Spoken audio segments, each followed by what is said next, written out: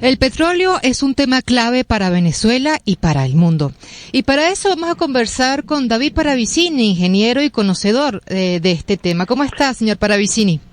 Muy bien, muchas gracias, licenciado, por la invitación. A la orden. Muchísimas gracias a usted. Señor Paravicini, hace un par de días Donald Trump dio unas declaraciones que han generado bastante polémica y él dijo que Estados Unidos no le va a comprar más petróleo a Venezuela. ¿Usted cómo ve esto? ¿Forma parte de una retórica o usted realmente cree que sea un plan ejecutable para Estados Unidos? Bueno, yo creo que tiene de ambas cosas, ¿no? Tiene de retórica porque de manera recurrente en el tiempo, desde que la OPEP tiene un papel o juega un papel fundamental en el tema de la determinación de precios, mercados y de equilibrio de compras y de ventas de crudo en el mundo, de manera recurrente Estados Unidos primero ha desatado una guerra contra la OPEP y los países de la OPEP. Uh-huh. Y segundo, inició una campaña con el presidente Obama en el año 2008 y que fue hasta el año 2014 y después prosiguió explotando el petróleo del fracking uh-huh. para tratar de hacer justamente lo que está anunciando Trump, que es prescindir de todo el petróleo de los países de la OPEP, incluida Venezuela. Solo que Venezuela tenía otro tipo de inversiones, se habían dado otro tipo de inversiones que no tiene ningún otro país en el mundo, en Estados Unidos, que son las inversiones en las refinerías de Citgo, que refinan petróleo venezolano, no todas ellas, pero la mayor parte de ellas.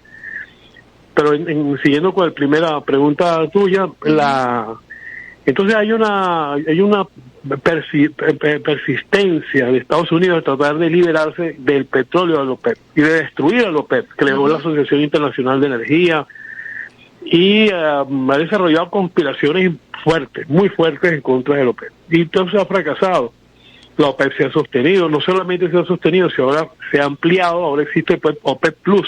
Uh-huh. Se incorporó Rusia y otros países productores y exportadores de petróleo y que hacen que la OPEP Plus hoy tenga el 45% total de la oferta mundial de petróleo. Estados Unidos es un país dependiente de la importación petrolera, aunque efectivamente desarrollaron la explotación del petróleo del fracking, no obstante, es un petróleo muy relativo, las reservas no son fijas, no son estables, tienen variaciones en sus expectativas, de manera que la planificación energética de Estados Unidos debe contar con el petróleo del mundo. Es decir, necesita que en el mundo fluyan, aparte de su propia producción, para los equilibrios energéticos en el mundo y de precios, necesita que fluyan aproximadamente esos 30 millones, 25 millones, que es lo que la OPEP y la OPEP Plus están produciendo. Uh-huh. No es que es una retórica, pero a la vez también es una necesidad que tienen, porque la política de Estados Unidos se basa, y sobre todo Donald Trump le quiere impulsar, de que Estados Unidos es autosuficiente, que Estados Unidos no va a depender de nadie, que todos los países van a tener que sumarse, anuncia políticas de aplicación de aranceles, que todos son, bueno, como uh-huh. parte, como tú dices, una especie de una vocería, una vocinglería que todavía pues habrá que ver exactamente cuál es el territorio que está pisando, cuál es la realidad de Estados Unidos en materia de inflación, en materia de precios y de acceso a los combustibles, de empleo.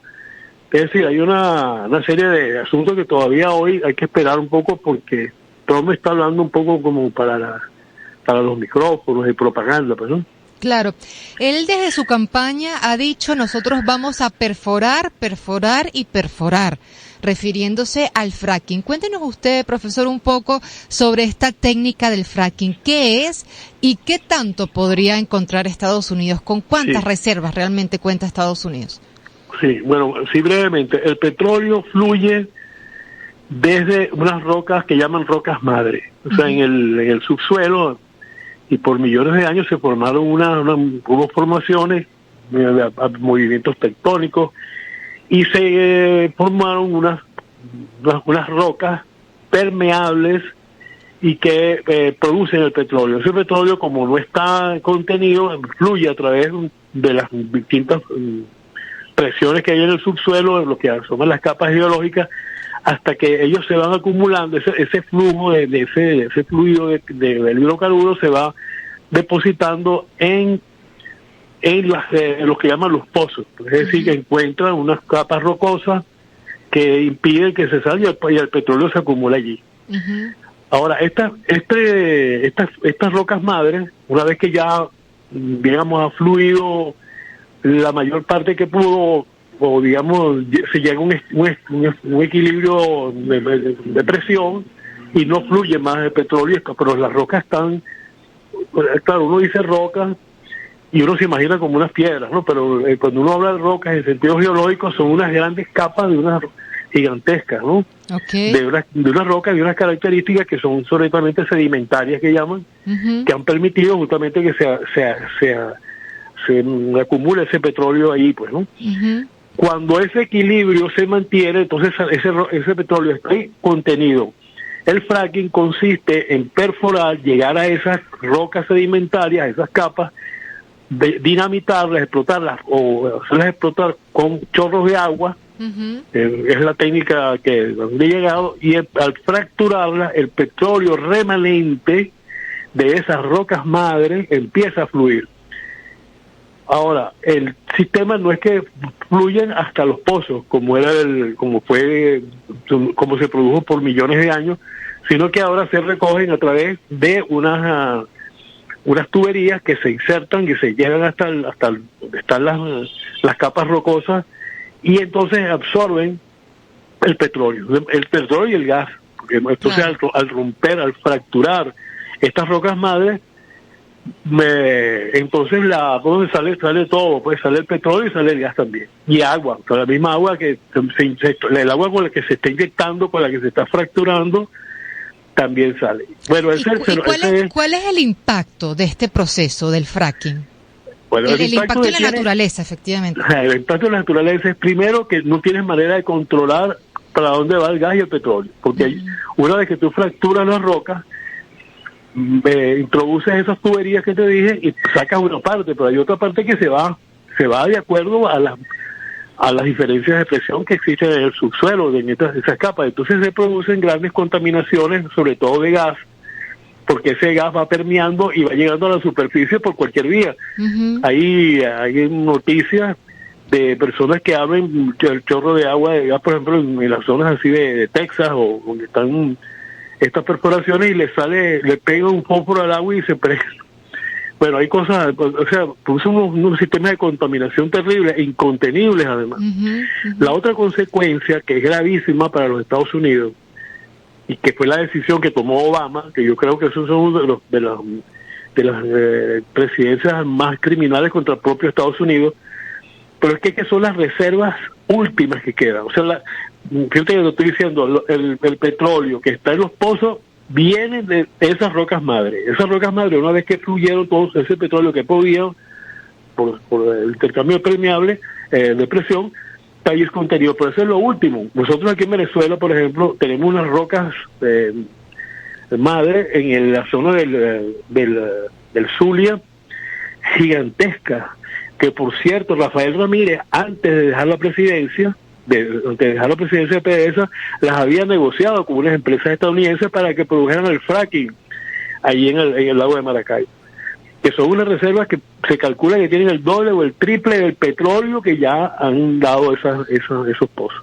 Porque eso, como te digo, es lo último que queda, porque de ahí está el origen del petróleo, pues de ahí es donde el petróleo se formó y después fluyó por, razones de tipo físico-química y geológica. Claro, entonces esta propuesta de perforar, o sea, de continuar con el fracking en Estados Unidos no es algo muy sustentable en el tiempo para ese país, ¿no? Es que ya lo hicieron y fracasaron.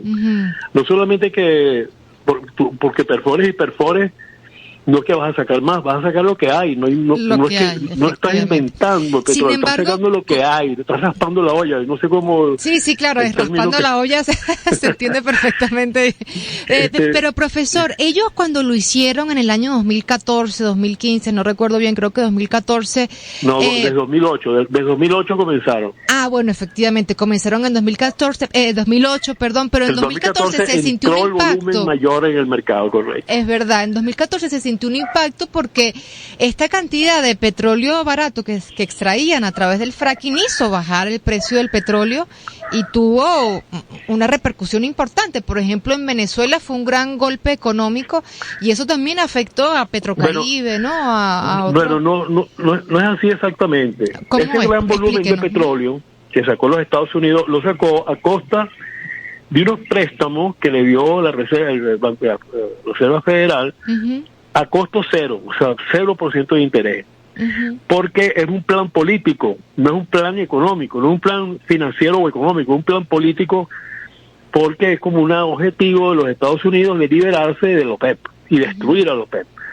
Los precios bajan porque el petróleo del fracking cuesta 40, 45, 60 dólares producirlo. El petróleo de producirlo en Arabia Saudita cuesta 2 dólares. En Venezuela, 6 dólares cuesta producir un barril de petróleo. La única forma que tenía Estados Unidos de poder traer ese petróleo de superficie era con un financiamiento de 0% de interés, que fue lo que hicieron. Un gran endeudamiento, pero con un dinero a costo cero. Y eso fue como un plan político, lo financió el propio tesoro de los Estados Unidos. Eso es parte de un endeudamiento brutal, gigantesco, que tiene el Estado norteamericano, que es impagable, y que en algún momento va a reventar esa burbuja. Entonces, Arabia Saudita, que fue desplazado del 1 millón de barriles más o menos que vendía de petróleo en Estados Unidos, lo sacaron a Nigeria, 2 millones vendía Arabia Saudita, 1 millón vendía Nigeria.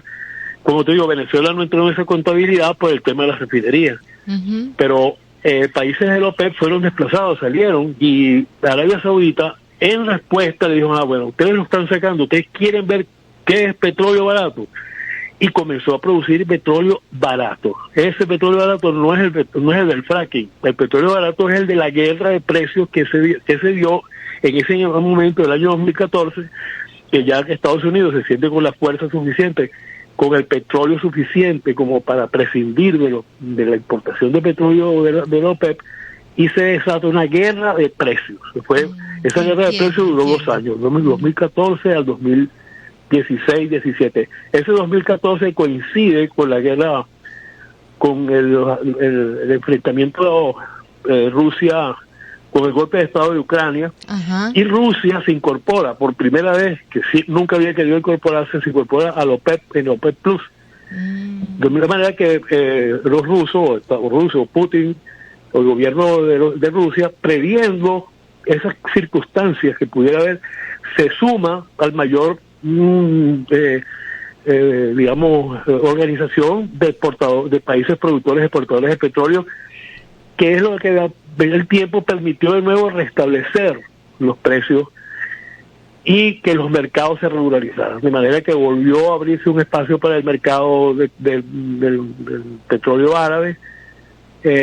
China aumenta, o sea, es un proceso global mundial que todos estos crudos que salieron de Estados Unidos fueron desplazados, fueron alrededor de 6-7 millones de barriles diarios, que desplazó el fracking. Pues encontraron en el mundo, empezaron a encontrar ocupación, y Estados Unidos se le agotó la capacidad de estar financiando con intereses cero, y tuvo que empezar a tratar de normalizar la producción de fracking, que, como te digo, es de 60, 70 dólares, que no tiene cómo competir.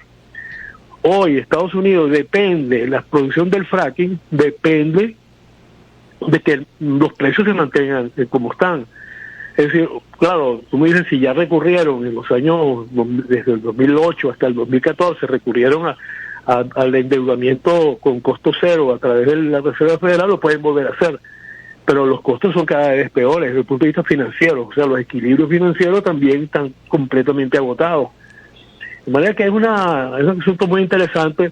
Por eso te digo que mucho de lo que está diciendo Trump es palabrería, es tratando de amenazar con temas que ya eso se ha transitado. Se ha transitado la producción del fracking. La producción del fracking sigue siendo la más costosa del mundo, no es el petróleo más barato, es el petróleo más caro del mundo. Y el tema de recurrir a convertirlo en un instrumento político, de manera que los costos los paga los Estados Unidos como Estado, también tiene unas consecuencias que todo el mundo está como en expectativa a ver si el hombre, pero que el hombre está hablando de cosas que no son esas las que van a suceder, porque ya Estados Unidos lo ha aprobado y no les ha resultado, y depende mucho que el petróleo se mantenga en los precios, porque si no se le dispara la inflación en los Estados Unidos en relación a los precios del petróleo del mundo, pues, ¿no? Claro, entiendo. Profesor, y ahora cuéntenos cuál es la situación actual del petróleo en el mundo, teniendo en cuenta los conflictos que hay ahora en el Medio Oriente, con Siria, que cayó bajo el control de un grupo terrorista, que Estados Unidos sigue sacando petróleo de ahí. Bueno, ¿cómo ve la situación con amenazas directas a Irán? Bueno, el tema de las guerras motivadas por el petróleo, bueno, sigue siendo, es decir, tenemos 100 años en eso. Recordemos el primer golpe de Estado que se dio fue en Irán en el año 1951 contra Mossadegh, que fue el presidente, y que hubo un golpe de Estado que nacionalizó el petróleo en Irán y le dieron un golpe de Estado, duró hasta el 53, lo depusieron, después comenzaron ¿cómo se llama? Las guerras en Egipto con el canal de Suez, la toma del canal de Suez. Es decir, esto es una constante de antes, inclusive cuando cae Rusia y lo ocupan la Unión Soviética. Estados Unidos negoció con la Unión Soviética, con el famoso Armand Hammer, presidente de una empresa llamada, una de las empresas petroleras más grandes de Estados Unidos, que fueron los que activaron la producción petrolera en Rusia, porque el mercado, el equilibrio del mercado capitalista no se podía sostener sin el mercado ruso. Es un tema complejo el tema petrolero. A la vez que están diciendo, Dios no está diciendo es el gran capital o los grandes sistemas de información, hablando de las energías alternativas, de ir hacia los cambios, de la transición. A su vez hay una guerra por el petróleo. Acaban de anunciar que Israel, la ocupación de los Altos del Golán es porque en los Altos del Golán están unas reservas petroleras gigantescas. Turquía también revela sus intenciones, porque donde están la ocupación de los kurdos, también son zonas que son petroleras y a las cuales Turquía aspira a poder explotarlas. Es decir, que es el doble lenguaje de la hipocresía que hay, donde por una parte hablan de que cantan el fin del petróleo, el fin de los hidrocarburos porque son contaminantes, pero por otro lado hay unas guerras pero brutales, criminales, genocidas, y que todas están basadas en el tema del dominio territorial y del control de las reservas y de las reservas petroleras y de las riquezas naturales de los países más pobres o menos desarrollados. Sí, de manera que es una constante, es un continuo, y podría, no sé, pues sería interesante hacer una visualización de todas esas guerras, ¿no? Cómo se han ido dando y cómo se están dando hoy. Hay países que no lo nombran, por ejemplo el caso de Sudán. Sudán lo dividieron en dos, el país que no petrolero y el petrolero. Resulta que en el no petrolero han encontrado petróleo y están dividiendo el Sudán no petrolero en otros dos pedazos más. Eso, bueno, claro, sigue siendo el objetivo principal de siempre. No me acuerdo quién decía, sigue el rastro del petróleo y tendrás el rastro de la guerra, ¿no? Profesor, efectivamente, usted toca un tema muy interesante, ya para ir terminando, y es el tema de la transición energética. Incluso hace un par de días vimos que el presidente de Colombia criticó a Venezuela, lanzó un dardo contra Venezuela diciendo que el presidente Hugo Chávez no había entendido la transición energética. Sin embargo, vemos que una de las candidatas presidenciales que ya se vislumbran en Colombia, Vicky Dávila, dijo: nosotros cero transición energética, nosotros vamos a perforar, siguiendo esta propuesta de Donald Trump. ¿Usted qué responde? Bueno, Petro Es que hay que siempre analizarlo con mucho cariño. Es una persona, es el presidente más amigo que he tenido los Estados, lo hemos tenido en Venezuela y Colombia, no sé si en toda nuestra historia, de manera que hay que tratarlo con consideración y cariño, ¿no? Dos, tiene que sobrevivir. Es casi inconcebible que Petro haya durado lo que ha durado en un estado tan adverso, tan descompuesto y con tanta participación directa, injerencia directa de los Estados Unidos en todos los niveles y en todos los estadios de su gobierno y del propio Estado colombiano.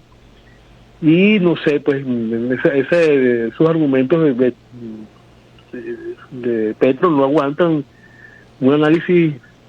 Por ejemplo, es un ejemplo a Petro, ¿no? Si pudiéramos decirle a Petro, en el año 1880 entra en la escena energética el petróleo y sustituye al carbón, de manera que el petróleo, que tiene unas cualidades extraordinarias, es decir, tiene por una tonelada de petróleo es equivalente a una tonelada en peso de carbón, a 10 toneladas, o sea, es una relación de 10 a 1, costos de producción, almacenamiento, transporte, bueno, en todo.